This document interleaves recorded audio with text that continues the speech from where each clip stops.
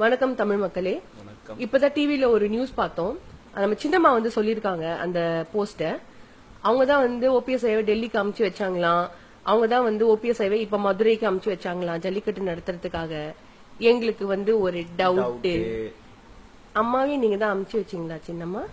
அமுச்சு வச்சிருப்பாங்க. ஏன்னா எல்லாத்தையும் அவங்க தானே பண்றாங்க. அதுல எனக்கு இன்னும் டவுட் இல்ல. எங்களுக்கு ஒரு டவுட், இன்னொரு டவுட். உங்களுக்கு கொஞ்சம் கூட வந்து வெக்கம், மானம், சூடு, சொரணை, இந்த கில்ட்டி கான்சியஸ் அதெல்லாம் எதுவுமே இல்லையா? எல்லாமே நான் சொல்லிதான் பண்ணாங்க, எல்லாம் நான் சொல்லிதான் செஞ்சாங்க, எல்லாரையும் நான் தான் அமுச்சு வச்சேன் அப்படின்றீங்களே.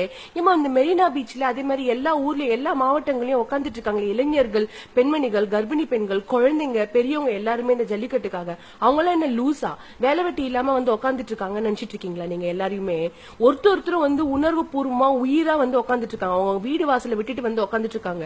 எதுக்காக? இந்த ஜல்லிக்கட்டு நடக்கணும், இந்த ட்ரெடிஷனை பாதுகாக்கணும்ன்றதுக்காக. அது மட்டும் இல்லாம வந்து ஃபியூச்சர் ஜெனரேஷன்ல எல்லாருமே நல்லா இருக்கணும்ன்றதுக்காக வந்து உட்கார்ந்துட்டு இருக்காங்க. இதெல்லாம் உங்க கண்ணுக்கு தெரியல. நான் சொல்லிதான் ஓபிஎஸ் போனாரு, நான் சொல்லிதான் ஜல்லிக்கட்டு நடக்குது, நான் சொல்லிதான் எல்லாமே அப்படின்றீங்களே. எப்படி உங்களால அப்படியே டக்கு டக்குன்னு பேசிட முடியுது? சின்னம்மா, நீங்க யாரு? நீங்க யாரு? இதெல்லாம் சொல்றதுக்கு நீங்க யாரு? ஃபர்ஸ்ட் நீங்க யாரு? சிஎம்மா, பிஎம்மா?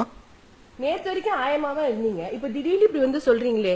எங்களால உங்களெல்லாம் வந்து எங்களால ஏத்துக்கவே முடியாது.